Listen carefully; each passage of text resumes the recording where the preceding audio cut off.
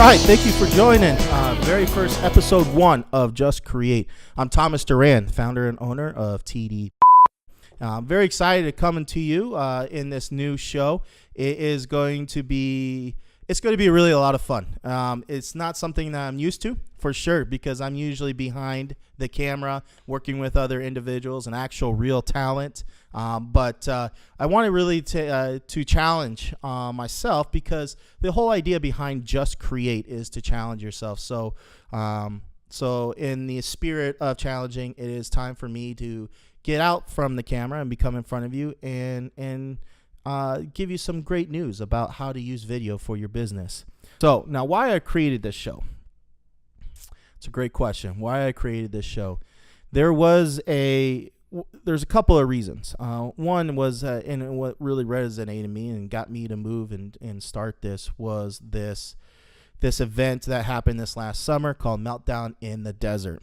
It was brought to you by Ryan Tech and Microsoft, and by a guy named Colby Kalabis, or otherwise known as Colby K. And he brought in just a tremendous amount of influencers in the social media world and in the business world. But there was one specific thing that Colby did talk about, and it's that one of the things as business owners, we have to provide value. And how do we provide value in our business to potential clients, to already existing your client base? How do we provide that value?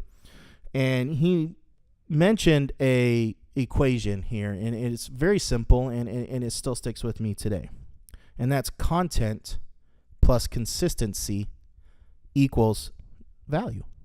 Content plus consistency equals value. So it really got me thinking, well, I really need to provide more value for my clients. And so here I am, and I want to be able to try to provide value to you, especially during a time where there is a lot of noise. With the digital marketing era just exploding, it's hilarious to see how many people are experts these days on anything and everything that's only has existed for the last 3 to 5 years. But that's where you have it. If you look through social media, everyone is using video. I mean, with the technology that we have at hand, it's just a matter of pulling out, and they call themselves pulling out their phone, and it's them calling themselves creators. So what my goal is to really help out businesses. How do we set ourselves apart from all that noise? How do we share our story and use video in that capacity, but have that video be able to stand out, to be able to tell our story? So that's what this show is about. We're going to be talking with, I'm going to be bringing on creative minds. We're going to be bringing on business CEOs, business owners, marketers, people that actually use video in their business and how successfully they use it, and what their practices are, and how, what they find successful, and what kind of return they get on their investment when they invest in their market, when they use video as their primary tool to be able to get their message out. And that's what that is. A video is the most direct way and most instant way to be able to get your message out. One of the other reasons that I wanted to start this is that I was being pushed pretty hard by a certain individual, and I'm very excited to be able to bring him on here. He'll be my very first guest. His name is Trey Goodman. He is the founder and owner of GCM Media, and I'm going to bring him on, and we're going to talk about creating and the process of creating and what it takes. So I'm very excited about bringing him on to this show. Why create? Why Just Create? Why did I come up with the name Just Create? And there's a lot of different layers, and we'll go through them throughout this series. But I do want to discuss 2 reasons, and 2 very important reasons, what Just Create does. The very first part of that layer of Just Create, it to me is a very profound and simple way of call to action. Think about it. Just create. That requires you to not only, one, have to brainstorm and start thinking. So now you're getting your mind, you're changing literally changing your mindset.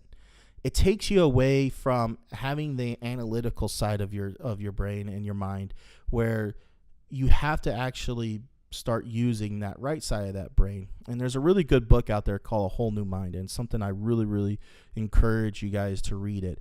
But what it does is that it helps you train and develop the mindset, or not just mindset, but it helps you train and develop the other side of the brain that we're not typically used to using, which is the right side of the brain, if you're not a creative. And so, it literally pushes you to have to start using that side when you say just create, because you have to brainstorm. And it could be with anything. It doesn't have to be just in video. I'm talking about creating anything that is an outlet that you find compelled to go through. Either be singing, or writing music, or being an author, or graphic design, or through sculpting, art, painting. I mean, it's just, there's so many different outlets and avenues that you could go through to be able to get this process, to help start that process of just creating. And then when you get through that initial stage of just brainstorming and trying to come up with something, an idea, something, an outlet that you find compelled to be able to go through, now you have to go do it. And that's what I'm doing here, is that this is something of an idea that I've had for a long time. But what's always stopped me was that I've never really been in front of camera. I'm not, that's just not my forte. But why am I keep on putting myself down on that? It's just a matter of me doing it. And so that process of going from brainstorming to actually execution, that process is what I think is the most beautiful part, because it's never perfect. It's going to be it's never great at first. But when you go through that process over and over and over again, it becomes second nature. It just becomes into this beautiful piece. And so that's the very first thing. It's a great call to action. The other second part is storytelling. When you create something, whatever it is, that thing that you created, it tells a story. And in today's world, in today's business day world, it is essential to be able to learn how to tell your story. Now, this show is going to be primarily on how to tell your story through video. But I want to share this quote. It's from Peter Guber, CEO of Mandalay Entertainment. And he talks about the ability to articulate your story in your company. Let me read this to you. The ability to articulate your story, or that of your company, is crucial to almost every phase of enterprise management. It works all along the business food chain. A great salesperson knows how to tell a story in which the product is the hero. A successful line manager can rally the team to extraordinary efforts through a story that shows how short-term sacrifice leads to long-term success. An effective CEO uses an emotional narrative about the company's mission to attract investors and partners, to set lofty goals, and to inspire employees. Sometimes a well-crafted story can even transform a seemingly hopeless situation into an unexpected triumph.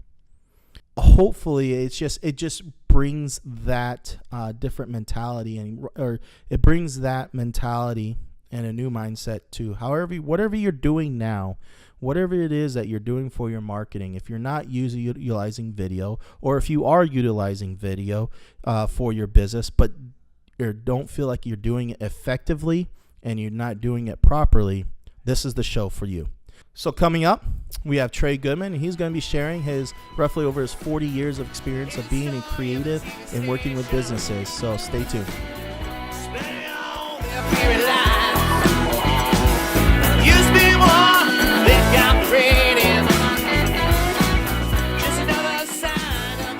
And we're back. Thanks for joining us. Now, I have a real special guest here that I'm really excited to introduce. I don't know how I got him on my first show. Kind of mind-boggling, to be honest with you. But this man right here, I tell you what, let me just kind of go through his credentials here. Yeah, please do. I'd like to hear them. You're gonna love this guy. If you don't know him, that just means that your friends know him. This guy has been the godfather of film in this in this Arizona, Phoenix area. He is a director, an author, creative mind, creator of shows. He's a producer. He's a videographer. He's a cinematographer. He's been in Hollywood. He's been on documentaries. He's been on-screen talent. The man, the myth, and the legend, Trey Goodman. I thought he was coming in. Oh, it's me. No. Thanks, buddy. So, Thanks, hey, seriously, in all honesty, I really appreciate you coming in and being my first interview here, and I'm really excited. And honestly, I could pretty much blame this show, the start of this show, on you. I would agree with that. Yeah. So, I mean, for the viewers out there, if they don't like this, they could come after you for this. Me. Get them in line. So a lot of people don't know the relationship that I have in Trey. I mean, he's one of the biggest mentors I've had when it comes to being in video production, and he's such a creative mind that he works with so many different businesses. And earlier we were talking about just creating and the purpose behind that, and how important it is to really go and force yourself and make yourself grow by creating whatever it is, writing, music, painting, or just creating some type of outlet to where you really get to use the right side of your brain. And so tell me a little bit about you and the importance of creating. Well, I mean, I don't know what you do if you don't create, seriously. I mean, so we live in a great country. As you know, I've traveled around to a lot of countries that aren't so great. So it's always interesting when people are telling me where some place is better, because I've probably been there and it wasn't, but maybe they haven't yet. But so, I mean, if you have a chance to create, I mean, this time we live in now, you can buy these cameras and these editing systems for next to nothing. So if you're not doing something, I'm really questioning why you're even here. I mean, seriously, why not create? Just like you decided to do this show, so you're doing it. Why not do it? You have the ability to do it, and you're going to help people, so why shouldn't you do it? So that's how I just look at it. I'm always like, why wouldn't you create? Not why do you create? Why wouldn't you do it? What's the reason not to? And I can't come up with one. So there you go. Now, how long you been doing this? Too long. No, since I was, I mean, when I was in junior high, I worked on a newspaper for our junior high, and then in high school I did the yearbook, and then in college I was on radio and television, and so I don't know, since ever. Seriously. But, and for money, I do it for money. So, I mean, it's been a full-time job one way or another. Even if I had to have two jobs, they were both in the businesses, always in the media business, full-time, because I don't think I can do anything else. I'm kind of like an idiot savant, right? Like, I couldn't work at the post office or something, but I can live on a set. So, there you go. So, tell them a little bit about the different avenues you've gone with media. You're the owner of GCM Media, and I know how that kind of came out. We'll talk a little bit about that and how that came about. Right. But like your past experience when it comes to going from being someone that worked for a company for many years to actually being a on your own sole entrepreneur, creating new agencies, basically. Yeah. Well, I think the creative process, it's probably like being in a band. It's sort of like you find a group of people you want to work with, so you're working with them for a while, but then you're like, we're not quite really doing what I want to do. So then you either had to do it as a side project, which I did for a while when I was working for companies, or eventually just go, no, I just want to do the whole thing. And there's trade-offs. I was talking to someone on the phone on the way over here about the trade-offs between where I was working before, where I was, fairly high up in the organization, making good money, but still working for the man, right? Versus now, I decide what I do. Like, I decided I was going to do this, talk with you today, not someone else said, hey, you need to go do that. There's pluses and minuses, but I think eventually you kind of want to just do your own thing. And we can now, once again, because gear has come down. And when I first started, cameras were $70,000, and I'm not kidding you, and edit bays were $250,000, and that's American. So, you couldn't do it. So you had to be, if you wanted to be in the game, you had to be on a team. So I joined teams, because I wanted to do it, and that's how you had to do it. Well, now anybody can do it. So, and we can travel anywhere. I mean, it's a great time to be alive, really, seriously. So like if someone doesn't have a passport, I don't even understand that concept, because it's like, I mean, I'm searching travel sites as much as I search production sites, because it's like traveling gets more experience, and then maybe I'll make a connection and we'll be doing a project overseas. Obviously, you've gone out and done your own creation of your own shows, Inside Creative Minds.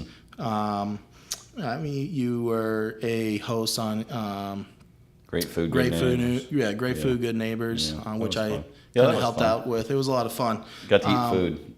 Lots of it. That was yummy. Lots of it. And then you're a producer of Voyage Trekkers. You're always creating something, and you also are an author as well. You just recently had a new book. Second book. Was for PTSD.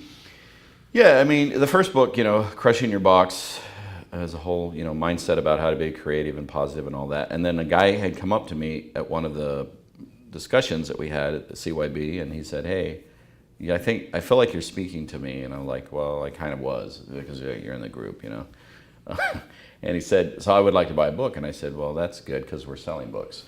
So that'll work out awesome, So he got a book, and that was it. He went his merry way, and I didn't think much about it. But then eventually he got back to me and said, "Hey, I need to talk to you about the book." And I was like, "No refunds."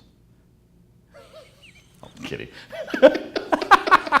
No, I said, "Yeah, what's up, dude?" Take my money and run. Yeah, I mean, hey, man, you bought it. It's, what else? But no, he's like, "No, I need to tell you that this book changed my life."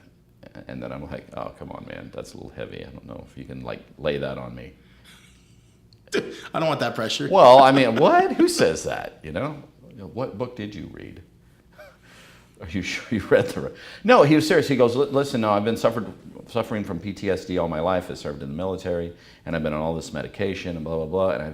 And this book has allowed me to see things in a new way, a different way, and I'm going to now help people with PTSD. And I'm starting an organization called HelpMePTSD.org, and I'm going to do that." And I'm like, "That's awesome! Wow." I mean, I don't even know how to react to that, but I was just like, "Great, awesome, wow, whatever, it's good for you. I'm very happy, seriously." And he's like, "Well, is there any way you could introduce me at one of my talks?" And I'm like, "Yeah, if I'm in town, hell yeah, sure, of course, So, I went and introduced him and stuff, and he just kept growing and doing more stuff, and then getting bigger. He's doing a lot of stuff with the marijuana folks, because that's more of a natural way to handle PTSD versus, these drugs, pills, narcotics, whatever. Although I guess marijuana is a drug by definition. It's a plant, for God's sake, right? But whatever. I mean, that's a whole nother show. But anyway, so he said to me, "Hey, I'm going to go national. I've got some backing with some of these marijuana companies. We're helping people with PTSD. I want to know if I could use parts of your book in a book that I want to put out." And I said, "Don't use part. Let's just do a co-book. Let's co-have it, dude." He goes, "What? Are you serious?" I go, "Dude, if you read the book, which I know you have, then that's what Box Crushers would do. So yeah, I'm 100% in. We will co-have the book. I'll own 50%. You'll own 50%. We can use all my trademark, whatever. Run with it. Take it and go. And boom." And so yeah, it's been printed. It's ready to come out. We just signed a deal with a publishing company. It's out, any moment, for sale. All the usual outlets: Amazon, Kindle, what have you. So yeah, there you go. So how do you encourage people to be creative and to kind of? Well, I think everyone's. You don't think outside the box. You crush the box. Yeah, that's the whole thing. First off, I think everyone is creative in whatever they do. I think they're just not being told enough that they are. And I think this idea of "I need to push you down so I move myself up" is sort of a prevalent thing. Everyone's going to screw me over, so I need to screw you over before you screw me over. Yeah. So my mindset is that we should just try to help some people accuse me of being a socialist or a communist, or, I was a political science major, so I'm like, I kind of know what those words mean, and I'm like, nah. I might have a socialistic tendency. I might have a communist tendency. I think we all have these tendencies. But, I think free enterprise is a good way. But I think being socialistic in some aspects of free enterprise is important too. So I don't think there's just this one way. And you kind of look back in history, one way's never really worked. It may work for a bit, and then it got tossed out, and our system will probably eventually get tossed out. Something else will come up. But I don't know. I think when you wake up in the morning, you got two choices. You can either sort of say, "I want to help people and do good things," or "Who can I fuck over today?" I mean, that's kind of the choice. So choose one or the other. I don't know if there's a lot of middle ground. I mean, I don't think there is. I don't see a lot of middle ground, one way or the other. So choose one. Why is it important to continue to use video for their business? I mean, I know it sounds like it's such a loaded question, but like, what is it that maybe some people don't realize that what's actually happening? You know, the unintended consequences that happens when you're using video, and good consequences. Well, I mean, here's the deal. So we live in this big world, whatever, 6 billion or whatever the number is, right? Okay. We have to engage people, and the quickest way and the easiest way is with video. One, because we're all on that platform. Everyone has a phone, even people that have next to now. You know, you see all this footage of people in like Puerto Rico and stuff in the earthquake, sorry, not earthquake. They had the earthquake was Mexico, hurricane, and they all still have cell phones. I mean, that's how we get around. So it's all video based. You know, it used to be like video was this world where you like watched it on the movie screen or on your TV, and so that was, you were kind of detached from it. Like, oh, I need to sit here, and they're going there. Powers that be that do that world, or is it? No, it's now our world. It's all our. It's everyone's doing it. Whether it's a selfie or you're doing a video blog or a television show, it's all media. So if you're not using it, you're kind of saying, I don't want to be engaged in the world. No, not going to do it. I'm going to do my own thing, and you're going to find me. So that's cool, I guess, if you're not trying to like engage people and maybe make commerce or money or something. But otherwise, like this being taped right now, who knows how many people will see it? Because you're going to put it out there, and then with the magic of the share button, it can go, right? And I love the word, it can go viral. I always wonder, like, how many people does it make it to go viral? Is there a number? Like, if there's a meter, and you went viral. You know what I mean? But think about it. And it's going to live for a long time. Someone could watch this 10 years from now and get information out of it, you know, or they can watch it 2 days, whatever. So why would you not use that? It's like right there, and it's how we're communicating. So we'd be like, no, I choose not to communicate that way. No, I'm not going to do it. So the question is, you're obviously going to do it. So are you going to do it in a way that you want to look professional and get the best bang for the buck? Because the time you spent doing it is going to be the same amount of time whether you do it professionally or not. So my always point is, then why don't you, because you could go, well, how am I going to rise above everyone else? Well, you'll rise above everyone else by hiring a professional to do your video marketing or sales or whatever. I mean, it's just, if you're in business and you're not doing it, are you really in business? I don't know. I don't know. I mean, you tell me. No, that's a great point. And so I know that when you and I discuss, and literally the reason I'm out on my own is I was being pushed pretty hard by you, and it was the best decision I've ever made is to go out and do your own thing versus talking about it, right? Exactly. I mean, and that's kind of where you were. I mean, you know, you were working for this evil empire and saying you wanted to be over here, and I said, then go over there, and then you did. So good for you. It really was simple as that. It was. Just why I was fearful of heading over that direction, I don't know. Well, we all have fear of failure because this is a known entity. Where you were working, they were giving you a check and all of that, and that's a known entity and it's comfortable. You can complain about it, but it's there. This bunch of unknowns, and you could fail, and then everybody would laugh at you and say, why did you do that? I don't care if people laugh. In fact, I encourage people to laugh. And if I can get a laugh out of somebody, I'll make fun of myself to get a laugh. Because if people are laughing at you, at least you're engaging them. Think about it. It's engaging. You've been to some of my talks. I try to make it funny so people then engage, and then once you have them engaged, then you can bring in some information that maybe they didn't know they wanted to hear, but now they're amenable to listening to it. So, but it's the fear of failure. You know, people, oh, what's your success? You know, and I'm like, you've heard it. You know, been turned down more than a bed at Motel 6.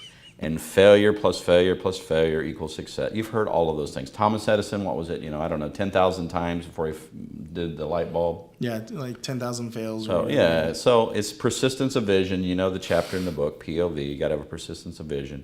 I've had people go, well, wait a minute. I thought you said doing the same thing, expecting different results is the definition of insanity. I don't understand how persistence of vision works. And I'm like, no, you keep the vision. You just change how you try to get there. If you fail, here's your vision, and you're failing trying to get there this way, then don't do it that way again. That's the definition of insanity. But don't lose the vision. I think one of the very first things that people have, like they have a vision, but they might be scared of it, is that they're afraid that they're going to suck at it. Like, That's part of the process. They probably will to start.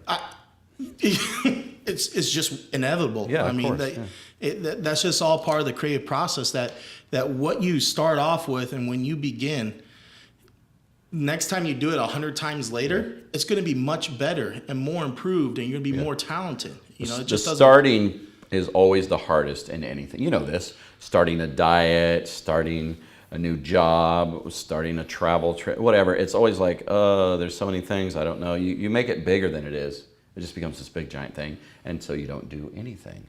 But sometimes if you're forced into it, it's the best, you know, if you don't have enough willpower. But like if all of a sudden you had lost your job, then you're like, I got to do something now, right? And then you do it. But otherwise, you probably just talk about it and never do. It's just interesting how it's just making that choice and then doing it, it becomes so huge. It's like amazing how to some people that they can't just do that part. So I'm just trying to help people. I'm not forcing people. I'm sort of like, people always go, well, CYB for everyone? I go, no, absolutely not. If you want to live in a box, then it's not for you, because why would you want to crush the box you live in? Stay in your little box, you know? So it's not for everyone. But if you want to, but you feel like, I really want to, but I don't know how to get started, then it's for you. And that's the thing. It's like a lot of times people just, they're not sure how to get started. And they're afraid to get started because they're not sure. And then it just kind of goes in a circle, right? And then not sure and afraid, not sure and afraid. So you just have to kind of break that cycle a little bit. So yeah, that is exactly right. And not to be afraid of sucking, because we will. I mean, it's like this show. I mean, you're going to make mistakes. I'm going to make, hey, our politicians make more mistakes. I mean, they make huge mistakes and they just laugh it off. They get reelected every time. Yeah, and they just keep going. So why are we so worried about making mistakes?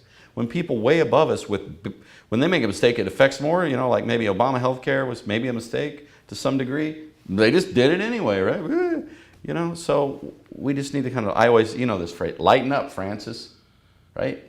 Just sort of like, hey, why don't you just try? This is the only life you get that I know of. So if you're not going to do it now, Thomas, when? I always say, if not now, when? Like if you said, well, I'd really like to go to London. I go, when are you going? Well, I don't know. Okay, well, if not now, when will you know? I mean, or then guess what? It's never going to happen. 10 years from now, you'll be saying, I want to go to London. You know how many flights have gone back and forth between that time? A lot. So that's huge. And then, you know, I want to just say thank you again for joining. Happy to. And one of the other things that I think a lot of people don't realize, the influence that you've had because of the creativeness and the willingness to want to help and improve people's lives.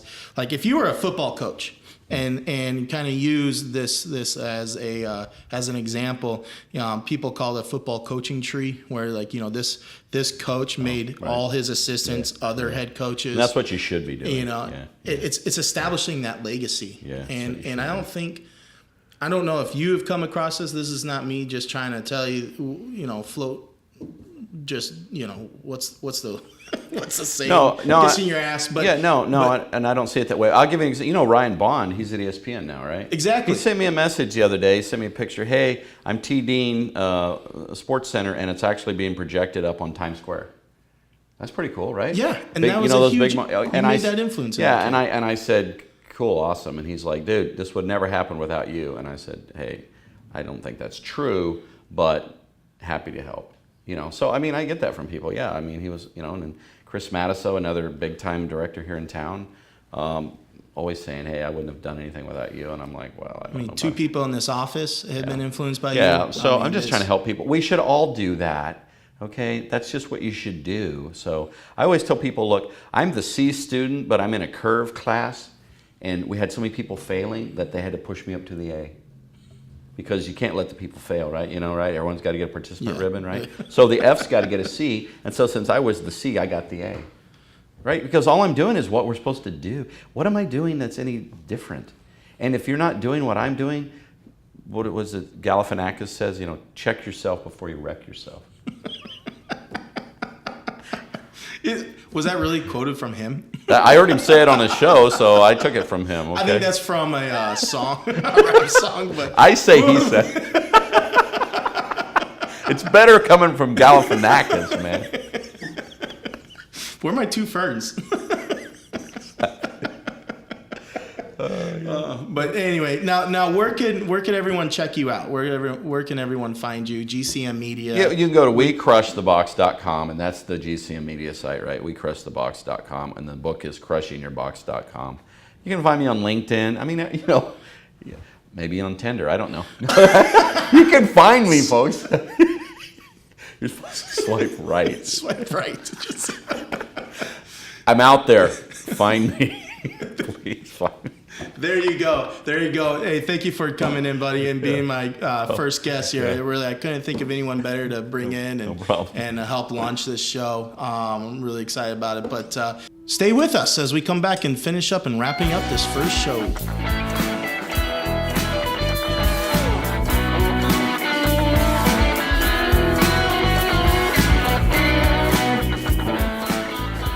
All right. Thank you very much for coming back. First of all, I want to say thank you to Trey for joining us today and really share some of his insights and his encouragement when it comes to really tapping into being a creative mind. And then I also want to say thank you to Jeff Bump and his band Mills End. They are the ones that it's the music that you hear into our intro and on the outro and through the break segments. Love using local talent and I have a great relationship with them, and so that's what this is all about. I want to make sure that people see that the relationships I have built to be able to help me grow as an individual, hopefully, kind of comes back to share that with you. I would definitely want to just share that with you. There's so much wealth of knowledge that's out there that it's not coming from me. It's just coming from a collective of people. And so I'm really excited about seeing how this show grows.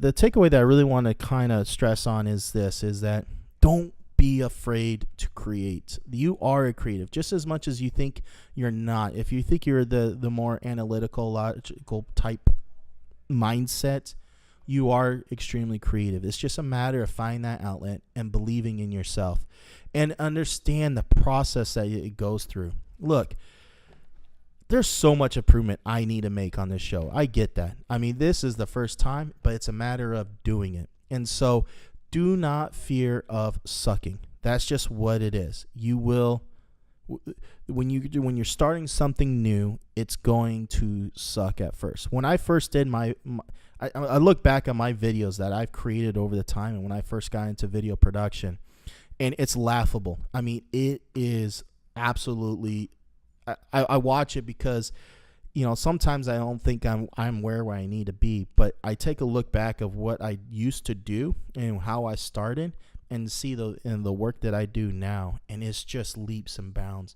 And all that's because it just takes practice and keep on doing and keep believing in yourself and having people around you encouraging you to say what you're doing is great. Yes, you're going to suck, but you have to have the confidence of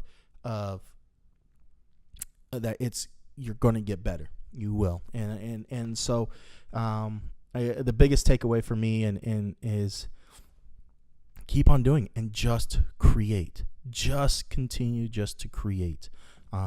That's the biggest takeaway. And so I appreciate you guys joining me on this show.